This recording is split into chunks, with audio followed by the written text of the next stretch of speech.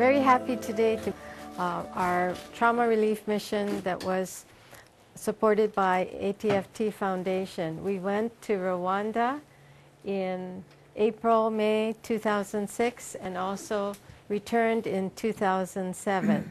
We are planning to go again this year, 2008, of the genocide.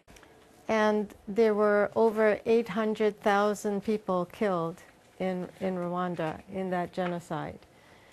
And amongst the people that we treated was this village elder, senior, who was made to witness the killing of his wife and his children and other people in the village. He was horrified by what he was seeing and thought that he might be one that they were leaving to tell the story. But then they actually killed him. They hit him with machetes, because when we saw him even 12 years later, we could see the huge scars from 4 machete wounds on his neck and head. And this is like 12 years later. We do not know how he managed to survive. It's a miracle that he survived.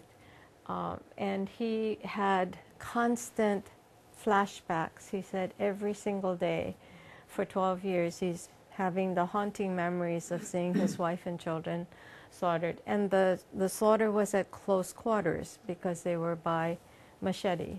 So he was having these constant flashbacks. He had nightmares every single night, and he was quite debilitated. He also had dizziness.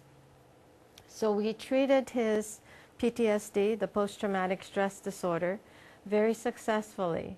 He said he walked around and he came back even about 20 minutes later, and he said the constant, what they call daymares, the constant daymares are gone. And then the next day he came back and said, I had no nightmares for the first time in 12 years. And he was so appreciative and grateful. And he's an elder gentleman, but he had, when we first saw him, he was covered with the fine red dirt in Rwanda because he was dizzy, kept falling. And so when he came back to say he had no more nightmares, he said, can you please help with my dizziness? And we're looking at, he had some pretty severe injuries. So we're assuming he has some neurological problems, and we're thinking, neurologists, medical treatments, but this is 12 years later.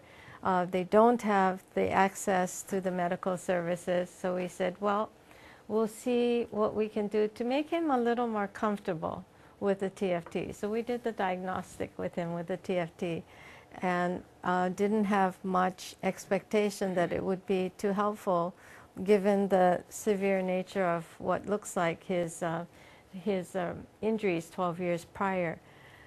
Well, he said, I don't feel dizzy anymore. And he's walking around and he's just kind of amazed. And we thought maybe it's like maybe a placebo effect or something, or he's, we weren't sure what it was, but we thought, well, at least he feels better for the moment. That's good. And then the next day, when we were treating the orphans, and we were actually treating quite a large number. There were 400 orphans there. 174 of them were genocide survivors.